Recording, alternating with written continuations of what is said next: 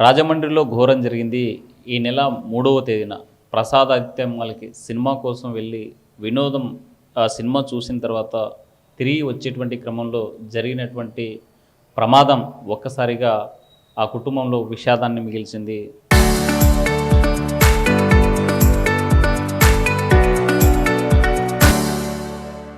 Medical చదువుతున్నటువంటి ప్రియాంక ఈరోజు brain డెడ్తో ప్రాణాలతో కొట్టుమిట్టాడుతూ ఉంది. హాస్పిటల్లో వైద్యం హైదరాబాద్లో చేస్తున్నటువంటి పరిస్థితి ఉంది. అయితే ఆ ప్రియాంకది కర్నూలు జిల్లా కర్నూలు టౌన్లో ఉన్నటువంటి నంద్యాల గేట్లో ఒక అపార్ట్మెంట్లో ఉంటున్నారు. ప్రస్తుతం మనం ఈ అపార్ట్మెంట్లో ఉన్నాము.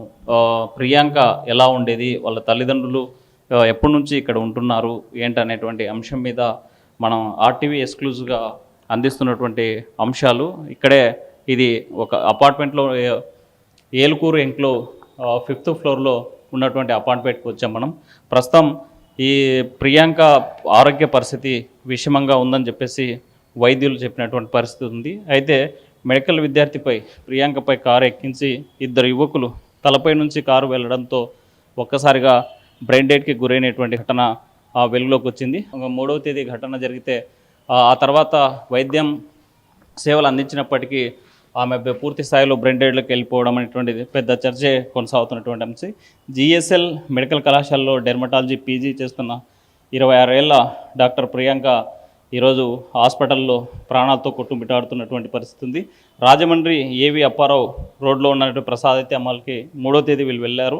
మాల్ నుంచి స్కూటీపై బయటికి వస్తున్నటువంటి సమయంలో ఏవి అప్పారావు రోడ్లో తమ కారుతో వెనుక నుంచి ఢీకొట్టినటువంటి ఇద్దరు యువకులతో డాక్టర్ ప్రియాంక తీవ్రంగా గాయపడినటువంటి పరిస్థితి ఉంది. అయితే అదే సమయంలోనే తలపై నుంచి కారు వెళ్లడంతో తీవ్ర గాయాలయ్యాయి. రాజమండ్రిలో కొన్ని రోజుల పాటు వైద్యం అందించినప్పటికీ కోలుకోలేనటువంటి పరిస్థితి ఉంది. చాలా సీరియస్గా ఉండడంతో బ్రెయిన్ డెడ్ అని లోకల్గా రాజమండ్రిలో ఉన్నటువంటి డాక్టర్లు నిర్ధారించారు. ఆ తర్వాత హైదరాబాద్కి తీసుకెళ్లారు. హైదరాబాద్లో ప్రస్తుతం చికిత్స పొందుతున్నటువంటి పరిస్థితి ఉంది. అయితే మనం ప్రస్తుతం ఎన్క్లో ఇక్కడ ఉన్నటువంటి ఏలుకూరు ఎన్క్లో దగ్గర ఉన్నాం. ప్రస్తుతం ఇక్కడ ఉన్నటువంటి సార్ చెప్పండి, ప్రియాంక వీళ్ళు మీకు తెలుసా ఎక్కడ? సార్ మాకు ప్రియాంక వాళ్ళు చాలా బాగా క్లోజ్ అండి. మాలో ఇదే అపార్ట్మెంట్లో ఉన్నారు. సో వాళ్ళ ఫాదర్ ఇక్కడే ఉండేవాళ్ళు. సో పాస్ట్ 5 years నుంచి మాకు తెలుసు బాగా. గత 2 years బ్యాక్ వాళ్ళు కర్నూలు వదిలేసి హైదరాబాద్ పోయినారు. బికాస్ వాళ్ళ పిల్లలు చదువుకుంటున్నారు కాబట్టి వాళ్ళ పిల్లల కోసం సపోర్ట్ ఇవ్వాలని సో హైదరాబాద్కి షిఫ్ట్ అయినారు సార్ వాళ్ళు. అంటే రాజమండ్రిలో చదువుతున్న ప్రియాంకకు కార్ యాక్సిడెంట్ అయిందన్న విషయం మీకు తెలుసా? అవును సార్, మాకు తెలిసింది, వెంటనే తెలిసింది. చాలా మాకు కూడా చాలా బాధ అనిపిస్తుంది. సో దీనికి కంపల్సరీ గవర్నమెంట్ చాలా గట్టిగా తీసుకొని వాళ్ళకి గట్టిగా శిక్షించాలని కోరుకుంటున్నాను. ఈ ప్రమాదం ఎలా జరిగిందనేసి మీకున్న సమాచారం? సార్ మాకు ఎలా తెలిసిందంటే మాకు అంకుల్ చాలా బాగా క్లోజ్ అనమాట. సో అంకుల్ ఫ్రెండ్స్ కూడా ఇక్కడ ఉన్నారు. సో అంకుల్ ఫ్రెండ్స్ మాకు వెంటనే మాకు ఇన్ఫామ్ చేశారు. సో ఇట్లా అమ్మాయికి ఇట్లా పరిస్థితి యాక్సిడెంట్ జరిగింది తెలిసింది. సో అంకుల్ మాకు వెంటనే ఇక్కడ ఉన్న అంకుల్ వెంటనే రాజమండ్రికి వెళ్ళి అంకుల్కి సపోర్ట్ ఇవ్వాలని వెళ్ళాడు అనమాట. అంత మాకు కూడా బాగా క్లోజ్. కానీ నాకేంటంటే నాకు ఇక్కడ వర్క్ ఉంది కాబట్టి నేను వెళ్ళలేకపోయాను అంతే. అంటే అక్కడికి వెళ్ళినటువంటి అతను అక్కడ సిచ్యువేషన్ ఎలా ఉందని చెప్పి అదే అంకుల్ అయితే చాలా చాలా దారుణంగా ఉందని చెప్పాడు. తను కూడా చాలా బాధపడుతున్నాడు. అంకుల్ కూడా ఒక 2 days రాజమండ్రిలో ఉండి మళ్ళీ ఇక్కడికి కర్నూలుకి వచ్చాడు. నిన్న మార్నింగే కర్నూలుకి వచ్చాడు. తర్వాత నేను అంకుల్కి వెళ్ళి నేను మాట్లాడాను.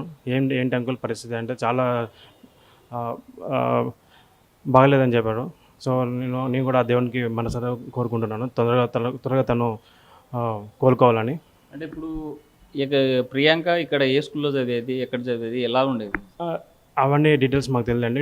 అంటే ఈ అపార్ట్మెంట్ చాలా కొత్తగా అనమాట. సో మాకు అలా పరిచయం అనమాట. ఇక్కడ ఒకటేసారి మేము జస్ట్ ఒక 5 years బ్యాక్ ఈ అపార్ట్మెంట్ కన్స్ట్రక్షన్ జరిగింది. సో ఆ టైంకల్లా అందరూ బాగా పెద్దగా ఉన్నారు. అందరూ ఆ టైంకి వాళ్ళు చదువుకుంటున్నారు అందరూ. సో జస్ట్ పండగలకి దానికి వచ్చి వెళ్ళేవారు అనమాట. అప్పుడు అంకుల్ మాకు పరిచయం చేశారు. మా పెద్ద అమ్మాయి అంకుల్కి మొత్తం 3 కూతుర్లు. ఈ అమ్మాయి పెద్ద అమ్మాయి, రెండో అమ్మాయికి మ్యారేజ్ జరిగిందన్నమాట రీసెంట్గానే. అంతే. అంటే మొత్తం ఈయన ఏం చేసేవారు? అంటే ప్రియాంక తండ్రి ఏం చేసేవారు? ప్రియాంక తండ్రి ఇక్కడ కర్నూలులో వాళ్ళకి రియల్ ఎస్టేట్ ఉందన్నమాట. రియల్ ఎస్టేట్ వ్యాపారం చేసేవారు. సో అంకుల్ కూడా అప్పుడప్పుడు తన ప్లేసెస్ ఇక్కడ ఉన్నాయి కాబట్టి ఎవ్రీ 2 months 3 monthsకి వచ్చి తను చూసుకుని వెళ్ళేవాడు. అంటే ఈ ప్రియాంకకు ప్రమాదం జరిగింది అని చెప్పి విన్న తర్వాత ఎలా ఫీల్ అయ్యారు? చాలా బాధగా ఉందండి. అది ఎందుకంటే అంకుల్ మాకు చాలా క్లోజ్ అనమాట ఫ్రమ్ పాస్ట్ 5 years నుంచి. సో ఒకటేసారి మేము కూడా అందరికీ అపార్ట్మెంట్ కూడా తెలిసింది ఆ రోజు రాత్రి వెంటనే ఇన్ఫర్మేషన్ పాస్ అయిపోయింది అన్నమాట. అందరము చాలా బాధపడినాము అపార్ట్మెంట్ ఉన్న వాళ్ళందరము. అంటే ఇప్పుడు మరి కొన్ని రోజుల్లో కొన్ని సంవత్సరాల్లో డాక్టర్ చదువు కంప్లీట్ అయిపోతుంది. అలాంటి డాక్టరు ఈరోజు పేషెంట్గా ఈరోజు బెడ్ మీద ఉండని వెళ్ళచ్చు. ఇంకా మనము ఇంకా అసలు దాన్ని ఇంకా ఊహించుకునే చాలా కష్టంగా ఉందండి. అసలు తను ఇంక అనదర్ 1 year 2 years టైంలో డౌన్ ద టైంలో మనం డాక్టర్ అనుకున్నాము.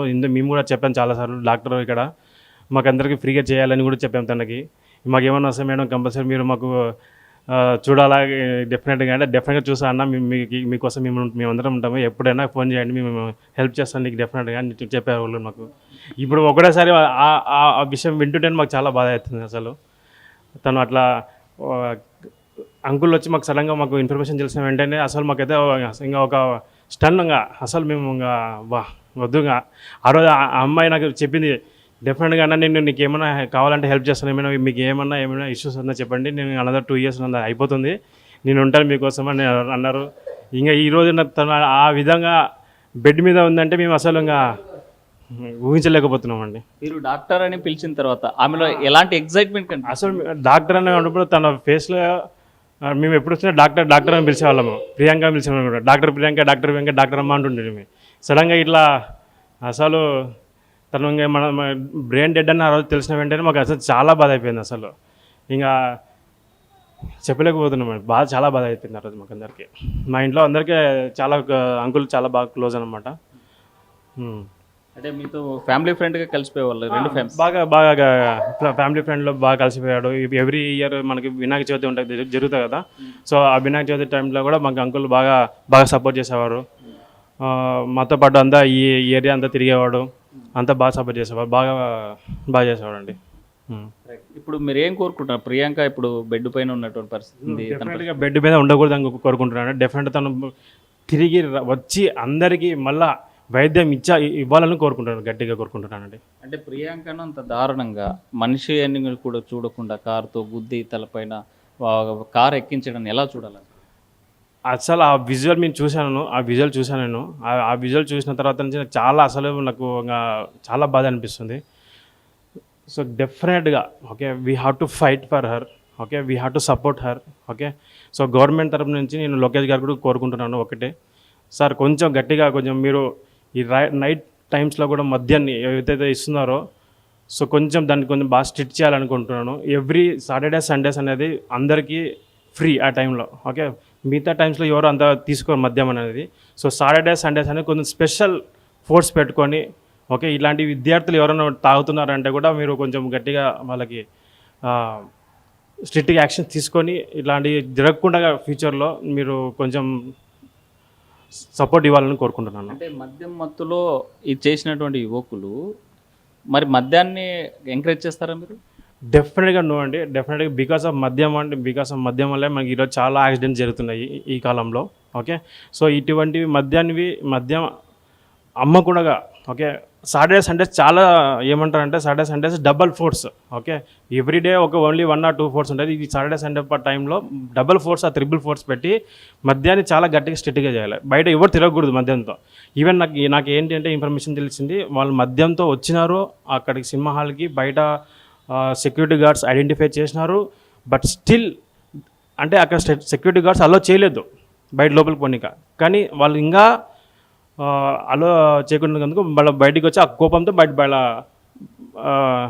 ఫాస్ట్గా వెళ్ళిపోయినారు.